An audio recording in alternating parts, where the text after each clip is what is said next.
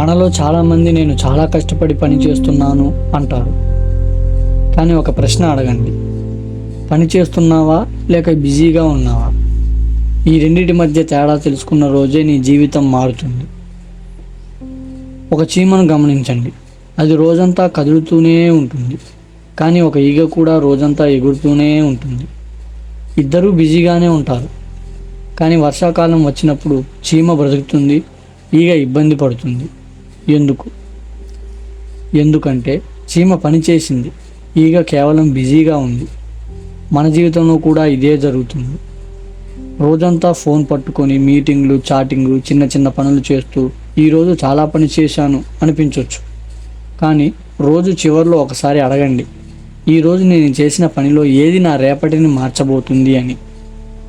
జవాబు లేకపోతే నువ్వు పని చేయలేదు, కేవలం బిజీగా ఉన్నావు. నిజమైన పని అంటే శరీరం అలసిపోవడం కాదు, నీ భవిష్యత్తును ఒక అడుగు ముందుకు తీసుకెళ్లే పని. ఒక కూలి రోజంతా రాళ్ళు మోస్తాడు, మరో వ్యక్తి అదే రాళ్లతో ఇల్లు కడతాడు. ఇద్దరూ పని చేస్తున్నారు, కానీ ఒకడు రోజును పూర్తి చేస్తున్నాడు, మరొకడు భవిష్యత్తును నిర్మిస్తున్నాడు.